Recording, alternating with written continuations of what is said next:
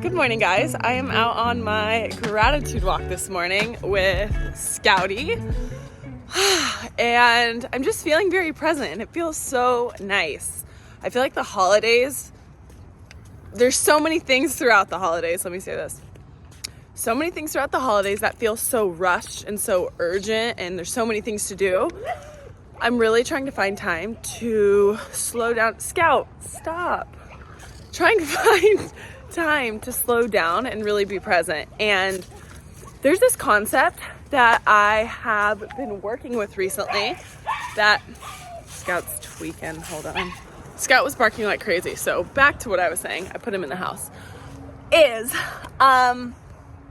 I recently went through a breakup, and I have been having like a lot of experiences where I'm overanalyzing situations that had happened, or my mind will kind of take me into like the what ifs and the could have beens and all that.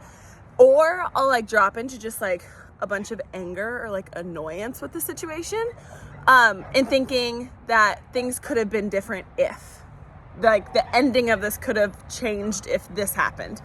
And when I noticed my mind going through those, like, my inner guidance gave me very specific direction on how to deal with this. And it's pretty much like when another person like consumes part of your brain space, you need to go into deep, deep gratitude for that person, for the lessons they taught you, etc. I am so grateful for the person and the ways they showed me I abandoned myself, and the ways they showed me the nuance of unconditional love that I was not giving to myself. So I do that, and I do that, like, I choose 3 deep ones. Those are just ones off the top of my head.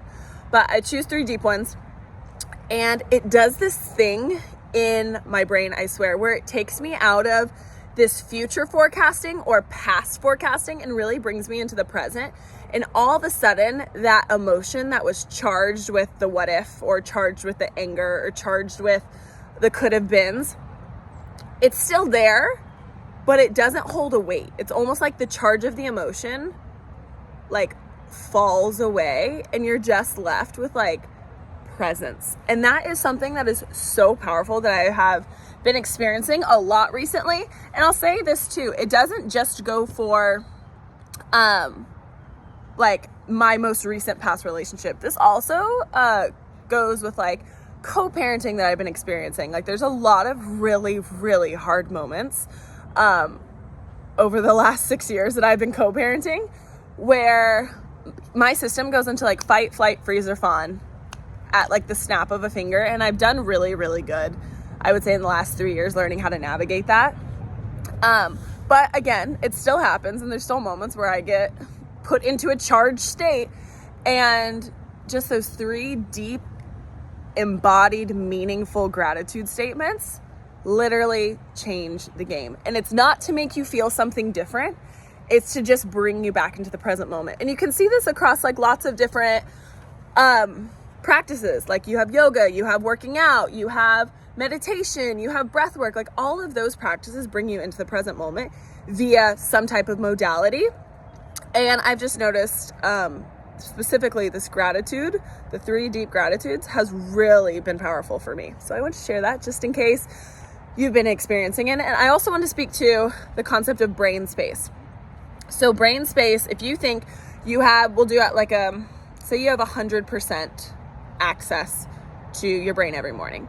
So about 50% of your brain space is taken up by daily stuff, all the tasks you have to do, making sure your kid is fed, making sure the bills are paid, making sure you eat, making sure you get all the things you need done. So you have about 50, maybe a little bit less percent in your tank. And I will say, if you're in an active survival response, cut that in half. Now you've got 35%, if not 25% left over. So then with the rest, you kind of get to pick and choose what you want to do with that brain space.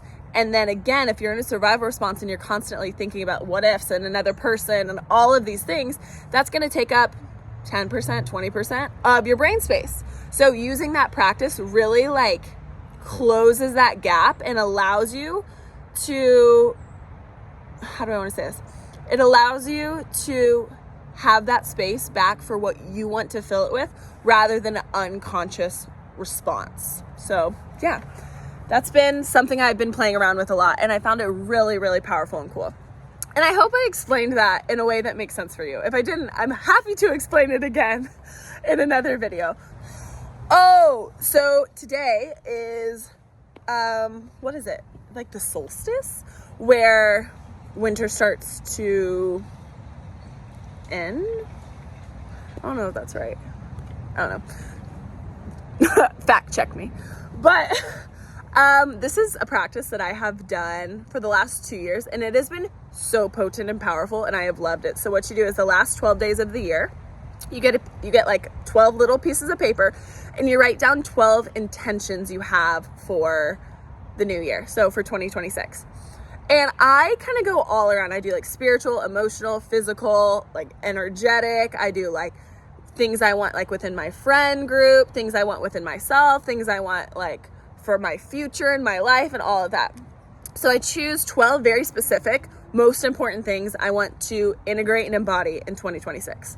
And every single night you get a piece of paper, one of the pieces of paper, you don't look at it, and you burn it. And you burn it with the intention, knowing and trusting that it will come true in 2026 in a nuanced way without you having to really like crazily work at it.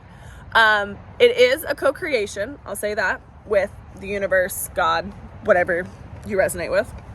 But you're releasing that intention. And on the 12th night, you're left with one piece of paper, which I believe is New Year's Day. Yeah, which I believe is New Year's Day. And you open that piece of paper, you don't burn it, and you're left with one intention. And that is what you are actively supposed to work at for the year.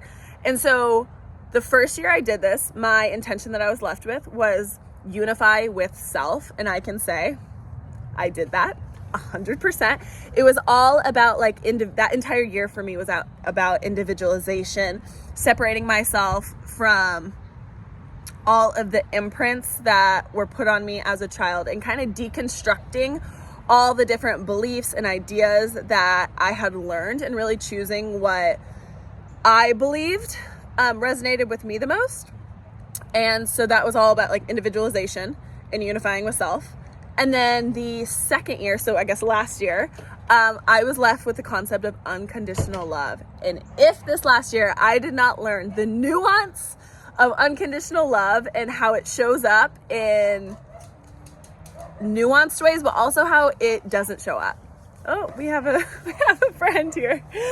How it doesn't show up. And I can truly say, especially over the last 2 months, I have learned how to truly give myself unconditional love, and how to make sure I'm receiving it from other people rather than pushing it away. So I'm really excited to do this again this year.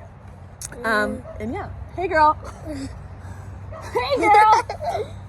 Hey girl. Do you have any goals for 2026? Do you have any goals for 2026? Do this for an hour. She's gonna do that for an hour every single day in 2026. That's her goal. Oh, you're silly. Okay, so we have some errands to run, don't we? Yeah. I also need to work out. It is time for me to get ready for the day. But I just wanted to say, it feels so good to finally share things that I am experiencing, because if you didn't know this, I have been on and off YouTube since 2019. I've taken them down since, but I had a bunch of vlogs. I vlogged my entire pregnancy.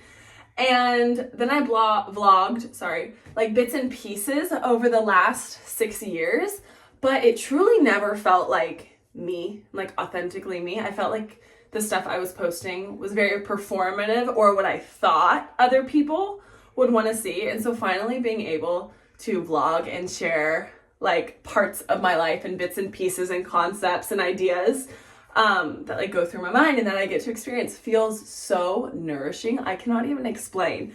And it's just a testament to when you do the internal work on yourself and you really get rid of all the imprints and ways of being that you think how you should act in the world and stuff.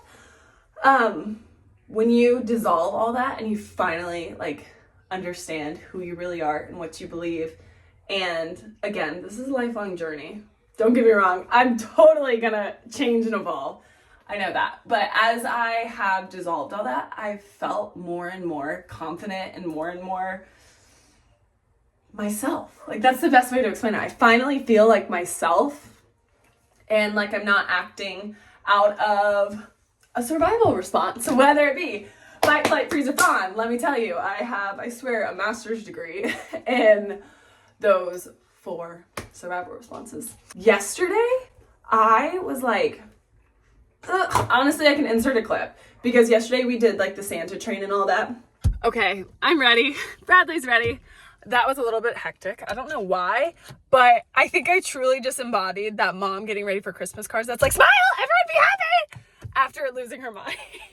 Okay, but it's time to have fun. I want to show you all my outfit because I think it's a slay. Let me see. Let me switch that. Oh no. Are y'all gonna, hold on. See, we're working on the vlog thing. Hold on. That. Okay.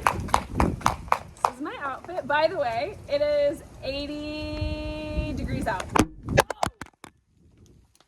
Oh no. It's 80 degrees out. So we're in a tank top and linen pants. But I'm excited to go on the Santa Polar Express train. Okay, we've made it. This is your, how many times have you done the Santa Polar Express train? 4, so this is your 5th time. And how old are you? 6. We've done it every single year. What is that? I'm here! Well, Tastes bad. yeah, don't eat it. It's soap. They have like fake snow over there coming down. Oh my gosh, well that was an experience. You really gotta like get yourself in the spirit, you know? What did you think, 1 out of 10? 9. Oh, that's a good rating. Okay, I'm actually surprised. But now we're going off to dinner and we're gonna do like a little cute holiday shopping because they have a bunch of cute little shops. We're having her resize one of the rings that Boo Boo chose, right? Look who made it. The Grinch. Oh wait, this quality. Hold on. Let me look you. I am back home and in bed. We ended up going to dinner with my sister and one of my cousins and Boo Boo, of course.